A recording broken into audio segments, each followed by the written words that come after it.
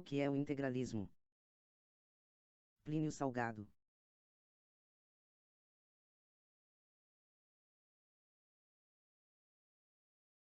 Prefácio em 1933. Brasileiro modesto, que trabalhas e sofres, este livro te pertence.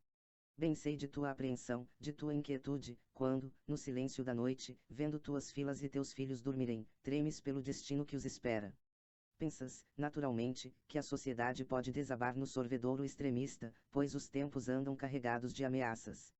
O fruto do teu trabalho como a lembrança da tua honra de nada poderão valer a tua prole, que estimas tanto. Se a vida se torna mais difícil, pobres crianças, que será delas? Se vamos para o comunismo e a anarquia, infeliz geração terá de submeter-se a uma ordem moral que não é a tua. Se continuarmos a ser uma pátria dividida em que os grupos regionais lutam pelo poder federal, novas guerras civis chacinarão teus meninos, quando forem moços. Sei quanto te atormentas, Patrício, nas horas em que as dificuldades da tua vida te dizem que alguma coisa está errada, no governo. Por isso é que te ofereço este livro, para te dizer, na intimidade de teu lar, que eu tenho abandonado muitas vezes a minha casa, para me pôr a trabalho pela tua família. Quero que leias com atenção estas páginas e venha, em seguida, labutar neste serviço de Deus e da nação, garantias da tua dignidade e do futuro de teus filhos. Somos um povo dividido em 21 grupos de interesses, mas ainda não somos uma nação. Levanta-te, Patrício, do Nordeste, da Amazônia, do Planalto, do Centro e do Sul, como se fosses um pedreiro, para bater comigo o malho nesta imensa construção, que é a pátria organizada. Será como se trabalhasses a erguer a casa onde deverão habitar teus filhos, porque a nação é a moradia perene da nossa raça. Terás a alegria que vibra no coração de todo integralista, quando se ergue para realizar a mais gloriosa página da história brasileira. Esquece a tua província e lembra as coisas eternas que tens a defender e que são comuns a todos os brasileiros, hajam nascido onde quer que seja. Se te desagregas, enfraqueces a nação e a entregas nas mãos de inimigos, que são também os teus e de teus filhos. Se olhas a interesses de ocasião, perderás a maior fortuna, que é a garantia da felicidade do teus. Lê estes livros, transmite esta crítica a este novo plano de construção ao teu vizinho, ao teu amigo, ao teu companheiro de classe profissional, aos teus parentes. E diz, resolvendo-te a ser um integralista sincero, vou abandonar todos os compromissos, pois tenho de construir a casa de meus filhos. É por isso que este livro te pertence, homem das cidades ou dos sertões brasileiros, meu irmão. Destino do homem e da sociedade.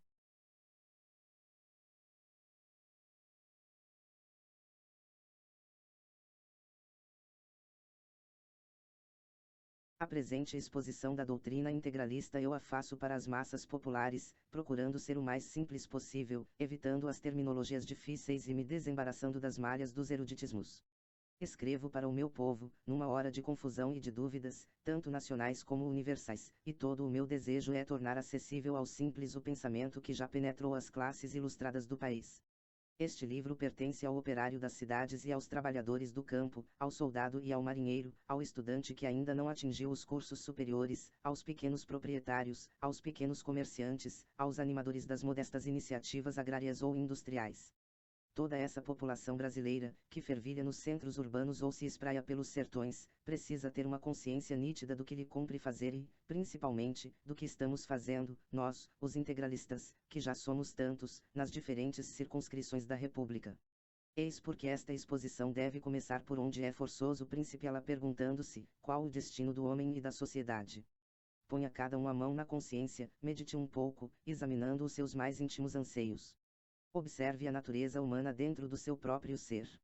É ainda no recesso do coração que o cérebro pode encontrar os materiais necessários ao estudo das grandes questões humanas. Muito se tem escrito, desde que o mundo é mundo, acerca desse grande problema da finalidade do homem. E de tudo o que se sabe, a única coisa que resta, eterna e inquietadora, é a permanência de uma contínua aflição, a dor de secretos desejos, aspirações perenes de felicidade. A vida em comum, sobre a terra, de milhões de homens, cada qual desejando expandir-se para ser feliz, criou, desde o começo do mundo, a luta do homem contra o homem. No começo, a batalha foi desordenada e cruel. Inspirada nos instintos, deflagrou em pilhagem e homicídio. Depois, tornou-se astúcia e violência. E é com estas palavras que se escreve a história dos povos no alvorecer da humanidade. Longa e dolorosa foi a marcha do gênero humano sobre a terra, e os séculos estão cheios de gemidos, que subiram do fundo das galeras e das trevas dos cárceres, dos campos devastados e dos ergástulos de cativos. Essa tragédia prolongou-se, atenuando-se ou recrudescendo, repontando em cada século, sob novos pretextos, até assumir a feição moderna dos nítidos lineamentos da batalha econômica a qual se esboça mais claramente na época chamada Idade Média, que é escura, complicada, sem caráter definido, por abranger aspectos numerosos de um imenso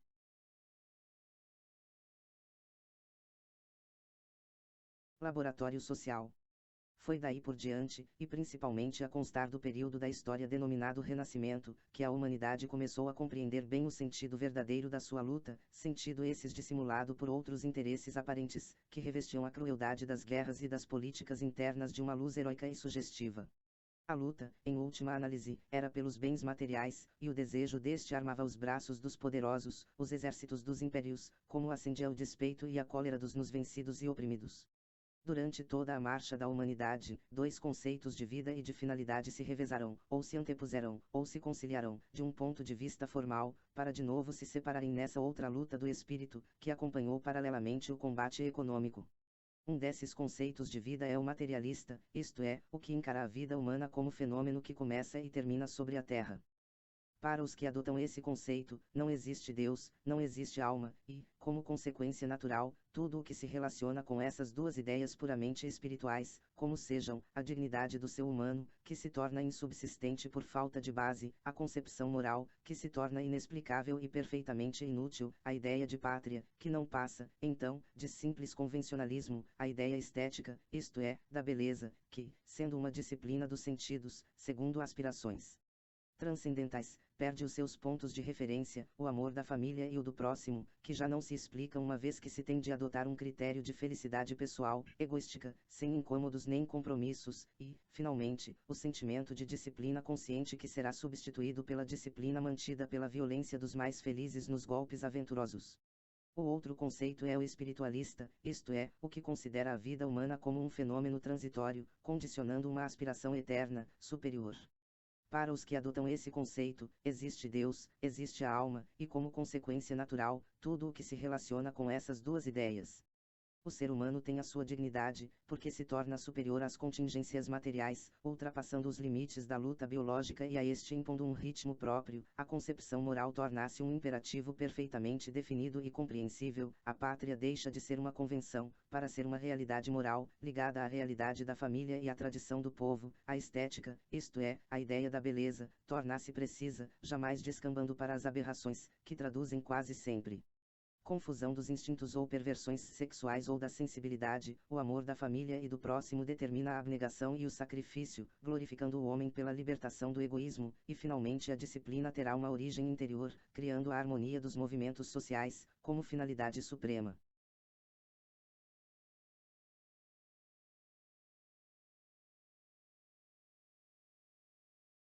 Esses dois conceitos lutaram sempre um contra o outro, em todos os tempos. Quando tem predominado o conceito materialista, o padrão das civilizações assenta sobre os valores materiais, isto é, são mais estimados, mais considerados e respeitados, os poderosos, os ricos, os audazes e astutos, enfim os que melhor atingiram as situações mais agradáveis e fortes, ao passo que se relegam para um plano inferior as expressões intelectuais e morais, nada valendo o pobre, o trabalhador honesto, porém não vitorioso, o artista, o criador de expressões espirituais. Tudo, para as civilizações materialistas, são o êxito e a fortuna, porque a vida se cinge ao máximo do conforto e do prazer. Ao contrário, nas civilizações inspiradas pelas superiores finalidades do homem, os mais admirados e respeitados são os que trazem para a sociedade o máximo de contribuição moral e intelectual. Sob o signo espiritualista, a luta se atenua, porque entram na sua composição fatores modificativos, como seja a bondade, a solidariedade humana, o anseio de aperfeiçoamento moral, o predomínio do senso estético e religioso, os sentimentos de pátria, de família, de renúncia, de pequenos sacrifícios glorificadores. Quando predomina o materialismo, também predomina o orgulho, a vaidade, a rebeldia, a discórdia, a indisciplina, razão pela qual as civilizações desabam, as pátrias sucumbem, a sociedade apodrece na confusão desmoralizadora dos costumes, e a vida se torna insuportável para os que não estão no poder, acastelados no governo ou na riqueza. quando o homem perde o senso da obediência ao eterno, ao imutável, ao princípio e fim de todas as coisas, ele se torna um ser miserável, sem capacidade para respeitar coisa alguma, a não ser o seu próprio orgulho ridículo, a sua vaidade fútil e os impulsos de seus instintos dissociativos. Se vencedor, o homem materialista esmaga cruelmente o seu semelhante, afronta-o com a sua espetacular opulência, oprime os trabalhadores e os intelectuais, cego e surdo aos clamores da massa que geme a seus pés. Se, ao contrário, ele não venceu, torna-se um revoltado, um sistemático destruidor de todos os valores, assumindo atitudes de ceticismo e ironia, com que mascara a sua franqueza, a sua incapacidade para agir. E ambos, vencido e vencedor, sob o signo materialista, são elementos venenosos, que correm mortiferamente as coletividades e as nações as quais se putrefazem no abandono de si próprias. Uma nação que se deixou dominar pelo materialismo deixa de ser uma nação, para se tornar um aglomerado de vaidosos, de incapazes de disciplina, de individualistas ridículos, de egoístas ferozes, de céticos amarelos, de usurários sem coração, de funcionários sem pudor, de negociantes sem escrúpulos, de soldados sem hierarquia, de pensadores desordenados, de escritores vendidos ou despeitados, de mães e esposas animalizados no luxo e na ostentação, de doutores incultos e oportunistas, de charlatães a se acotovelarem com fumaças de talentos, e, finalmente, de uma massa trabalhadora oprimida, angustiada, mas sem consciência de sua dignidade moral, oscilando aos ventos da demagogia soprados por todos os revoltados e vencidos. Esse espetáculo de nações agitadas e corroídas de ódios foi o panorama que nos apresentou todo o século XIX, o qual revelou o verdadeiro sentido da luta sobre a Terra. Foi o egoísmo de uma civilização materialista que enfraqueceu os governos e tornou as pátrias instrumentos de guerra externa nas mãos de grupos econômicos cruéis. Foi o individualismo orgulhoso que uniu, de um lado, os capitalistas do mundo, numa obra internacional de degradação humana e de opressão das massas, e de outro lado, essas massas educadas, pelo próprio capitalismo, na incredulidade, de sorte a transformá-las em maquinismo de produção. Delineou-se nitidamente a luta de classe, que se desenvolveu à revelia dos governos, porque estes perderam toda a autoridade e toda a possibilidade de controle e de direção. Enfraquecidos os governos e debilitadas as pátrias, o materialismo cumpriu a primeira etapa da sua missão destruidora, estabelecendo os dois termos do seu problema, o choque brutal dos instintos de duas classes, que perderam o coração, perdendo o espírito, e se defrontam, adversárias no plano dos interesses, mas correligionários em a mesma concepção do mundo, ambas aviltadas, rebaixadas da condição superior do homem, ambas tendentes a destruir a personalidade, por excesso de individualismo. No oceano coletivista, suicídio de todas as aspirações isoladas do operário, escravidão pavorosa em que vibra o chicote de novos faraós alucinados. A concepção integralista do mundo, como a própria palavra está indicando, considera o universo, o homem, a sociedade e as nações, de um ponto de vista total, isto é, somando todas as suas expressões, todas as suas tendências, fundindo o sentido materialista do fato ao sentido interior da ideia, subordinando ambos ao ritmo supremo espiritualista e apreendendo o fenômeno social segundo as leis de seus movimentos. O sinal que adotamos nos uniformes dos camisas verdes e na bandeira do integralismo, sigma, indica em matemática o símbolo do cálculo integral. Quer dizer que a nossa preocupação é somar tudo, considerar tudo, nem nos perdendo na esfera exclusivista da metafísica, nem nos deixando arrastas pela unilateralidade do materialismo. O mundo é como é, e não como pretendem que seja os teorizadores de tantos sistemas que desorientaram o século XIX. Consideramos que a finalidade do homem é transcendental, é superior, é intelectual e moral.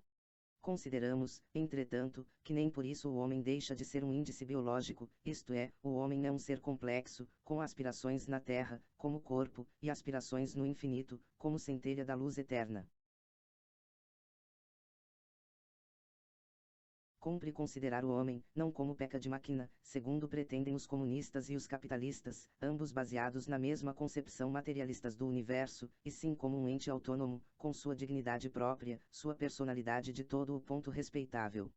Cumpre considerar o homem, não como um indivíduo absorvente, hipertrofiando-se em proclamações de direitos e anseios de liberdade, que só aproveitam aos mais fortes.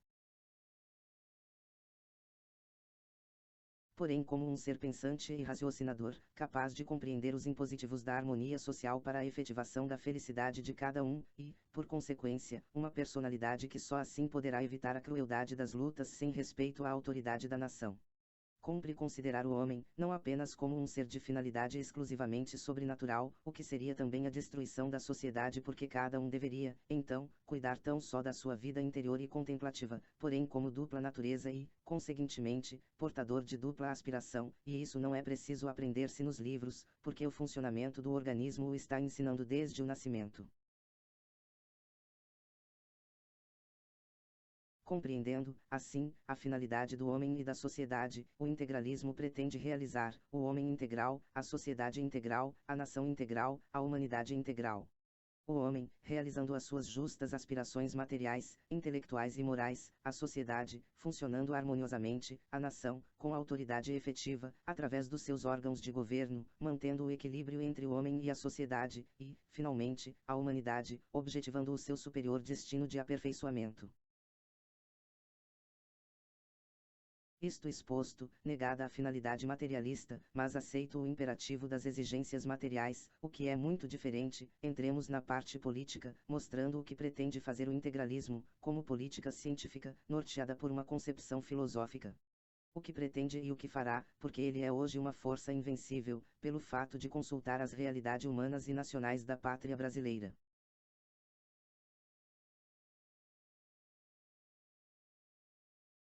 A liberal democracia.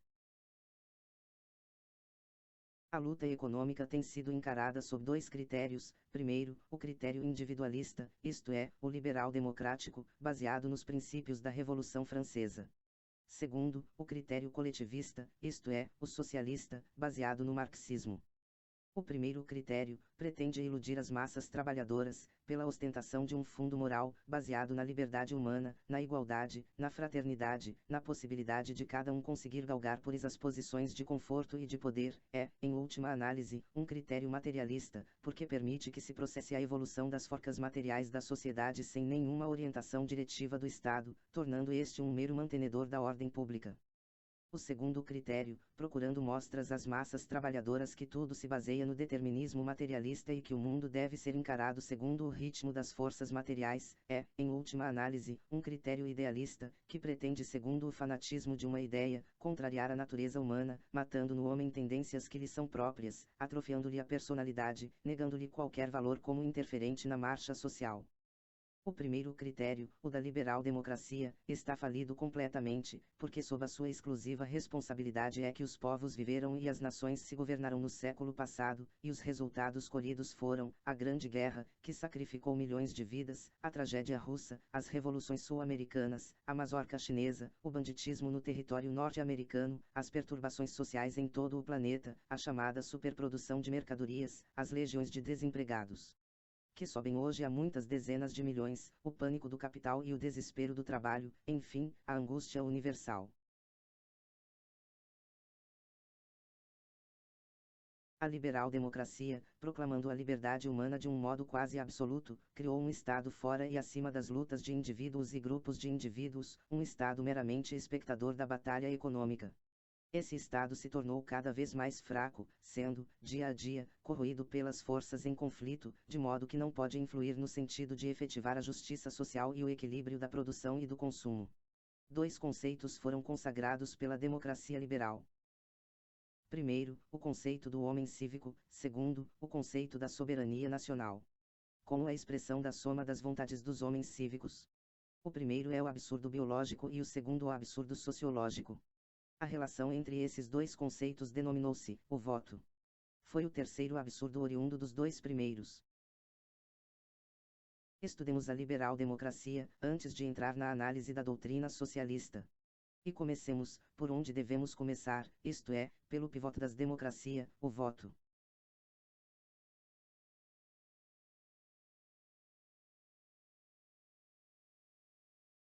O voto é a grande mentira que serve de instrumento à opressão das massas trabalhadoras, iludidas na sua boa fé.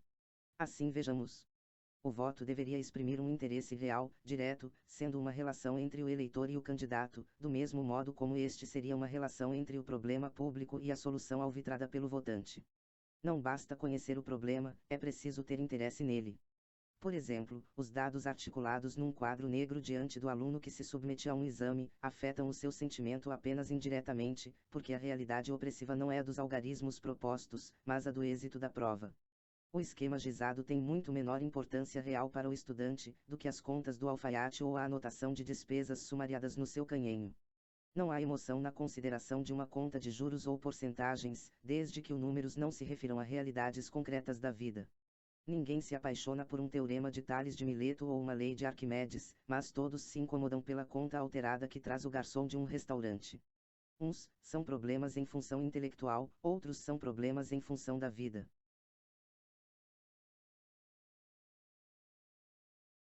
Pois bem, a liberal-democracia não propõe problemas em função de vida e de realidade a cada um dos cidadãos que devem usar dos direitos por ela outorgados de livre escolha, de decisão, a respeito dos grandes temas nacionais ou sociais. Os dados oferecidos têm a frieza dos algarismos expostos à apreciação de um examinando, eles não podem ser considerados segundo aferições imediatas de fatos concretos da vida individual.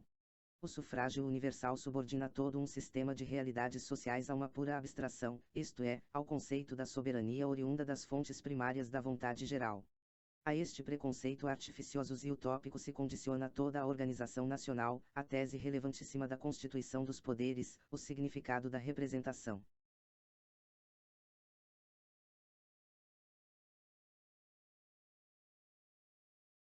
Com o sufrágio universal, o cidadão é forçado a tomar parte em comícios eleitorais que não dizem respeito aos seus interesses diretos. Quando dizemos interesses, referimos-nos à consciência de necessidades, a aspirações individuais, condicionadas nas expressões geográficas de localidade e histórica de classes. Aludimos aos justos anseios do indivíduo e da sua família, assim como das pessoas que exercitam a sua atividade no mesmo círculo territorial ou na mesma esfera de trabalho e produção.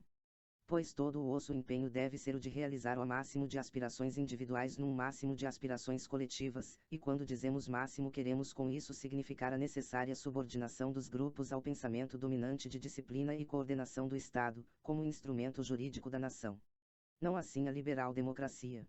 Sob a sua inspiração, o voto tanto mais cresce em caracteres gerais, quanto mais diminui em caracteres particulares. Cada vez mais se exclui do voto a expressão representativa de interesses individuais ou grupais, para transformá-lo no grande lugar comum onde todos podem estar pacificamente, porque o voto cívico, ato do homem cívico, aberração filosófica, sociológica e biológica, não admite a presunção de interesses de classes ou de interesses individuais próprios. A democracia individualista afoga o indivíduo no oceano do sufrágio. O voto, na liberal democracia, é a vala comum de todas as vontades. Essa grande expressão amorfa, sem caracteres, denomina-se a vontade geral, e dela procede, nas democracias, a ilusória soberania nacional.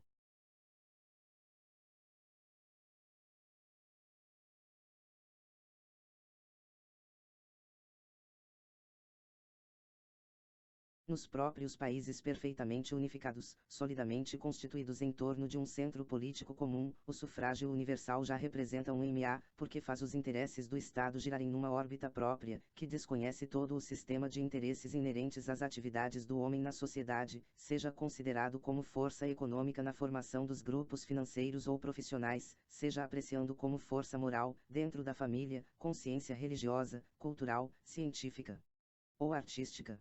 O Estado liberal vive num mundo, os habitantes do país no outro mundo. Naquele, todos os interesses se equivalem, todos os homens se reduzem a uma só expressão, a expressão cívica. Neste outro, os homens são diferentes entre si, só havendo uma unidade, que é a das aspirações humanas comuns. O sufrágio universal pressupõe uma unidade de objetivos meramente administrativos, ou a gerência dos negócios públicos. É um critério erradíssimo, porque a gerência perfeita pode realizar-se segundo aspirações, doutrinas, pensamentos políticos os mais variados. Falam os liberais democratas, frequentemente, em moral administrativa. Mas, o que significa moral? Essa palavra dentro do liberalismo não passa de palavras, porque a moral também varia a sua significação e os seus intuitos, segundo o conceito de que proceda e as finalidades objetivadas. Não há moral sem conceito filosófico da vida. Na administração pública não podemos compreender moralidade sem definição de conceito de Estado e de objetivos nacionais claramente prefixados. onde o voto não traz um princípio de moralidade, porque está descaracterizado pela amplitude do seu conceito, também não pode haver moral pública. Tudo é mentira. Dissemos no capítulo anterior que o mundo é o que é, e não o que sonham os teorizadores. Nós, integralista, pretendemos restabelecer o critério das realidades humanas. Assim, repito, em relação ao homem, que ele deve ser tomado na verdade mais profunda da sua essência. E não foi por outra coisa que traçamos antes de tudo, o quadro das finalidades humanas, antes de entrar no estudo político. A liberal-democracia concebeu o homem cívico, a grande mentira biológica, o marxismo materialista concebeu o homem econômico, mentira tanto filosófica como científica. Nós, integralistas, tomamos o homem na sua realidade material, intelectual e moral, e por isso, repudiamos tanto a utopia liberalista como a utopia socialista. A liberal-democracia pretende criar o monstro, sem estômago. O socialismo marxista pretende criar o monstro que só possui o estômago e o sexo. Em contraposição ao místico liberal e ao molusco marxista. Nós afirmamos o homem integral.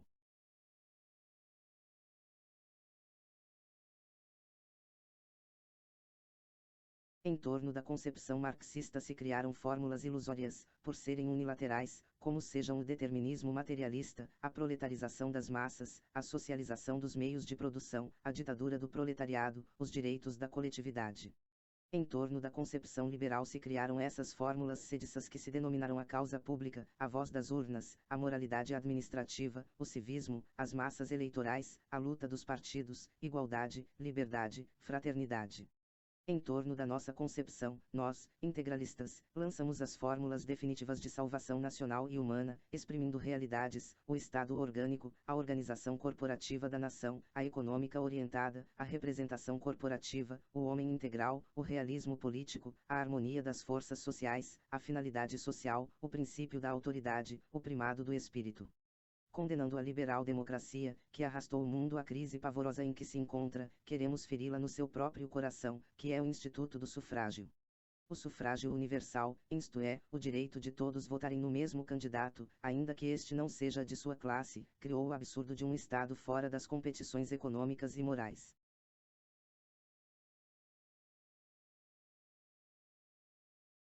Esse Estado é fraco. Esse Estado está agonizando na Europa e na América. Ele não pode pôr ordem no interior, nem pode realizar nada de prático na vida internacional, para resolver, em conjunto com outros estados, as questões mais simples, como as do desarmamento, das dívidas de guerra, ou do equilíbrio da produção e do consumo. O Estado liberal, baseado no voto dos cidadãos, desconheceu a organização dos grupos financeiros e dos sindicatos de trabalhadores. Perdeu o controle da nação. Tornou-se uma superestrutura, para usarmos a terminologia marxista, um luxo da civilização burguesa e capitalista, uma superfluidade estranha aos imperativos orgânicos dos povos. À sua revelia, deflagraram-se as lutas entre o capital e o trabalho e até mesmo entre o capital e o capital.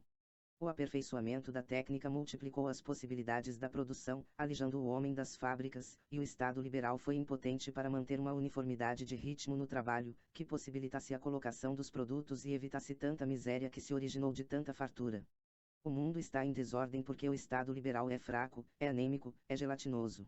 É o Estado inerme, que assiste, de braços cruzados, à angústia das multidões esfaimadas e o desespero dos chefes de indústria, dos agricultores, que não encontram capacidade aquisitiva suficiente nas coletividades empobrecidas e nuas, para que possa comer e vestir. Estamos assistindo ao incêndio dos estoques, o trigo, nos Estados Unidos, o café, no Brasil, os carneiros na Holanda e na Argentina, e há tanta criança que tirita de frio e tantas famílias sem o pedaço de pão.